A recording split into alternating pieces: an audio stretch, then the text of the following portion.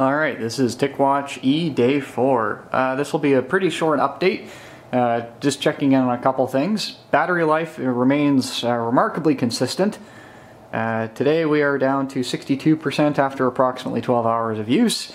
So I would suggest that the claim to 22 or 24 hours of continuous on time with moderate use is a fairly accurate expectation to have.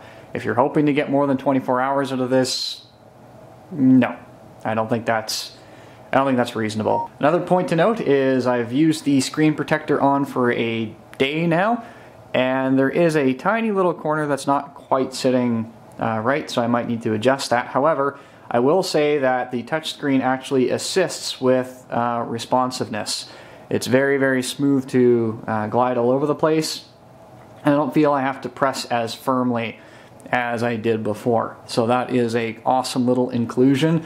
I would strongly recommend that if you are purchasing one of these watches, you are getting that little protector. I don't know how much they're going to sell it for, but check their website. Mine was included with the Kickstarter reward. So at this point in the testing regimen, I think what will end up happening is we're going to move into a more longer term test cycle. So there may not necessarily be updates every single day.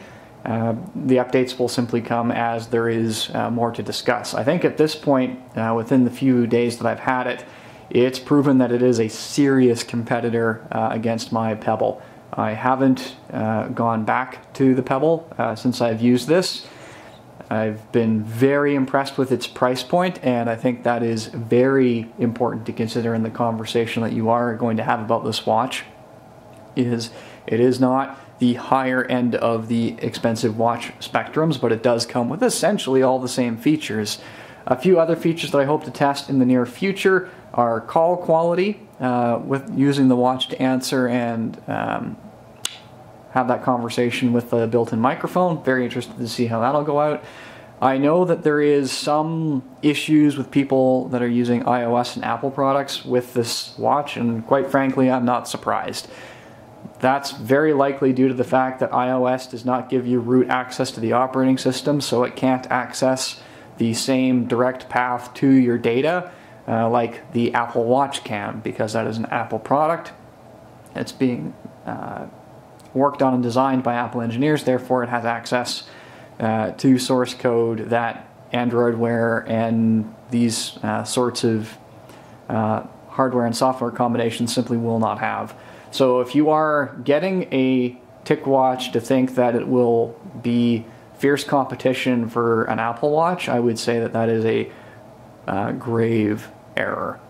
However, if you're looking for a watch for your Android phone that is reliable on battery life, has relatively good build quality, I haven't had any issues with mine yet, and at a very competitive price point, I would say, unless something goes wrong, the Ticwatch has my thumb up.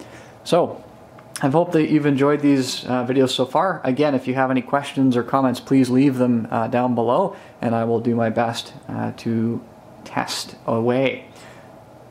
See you later.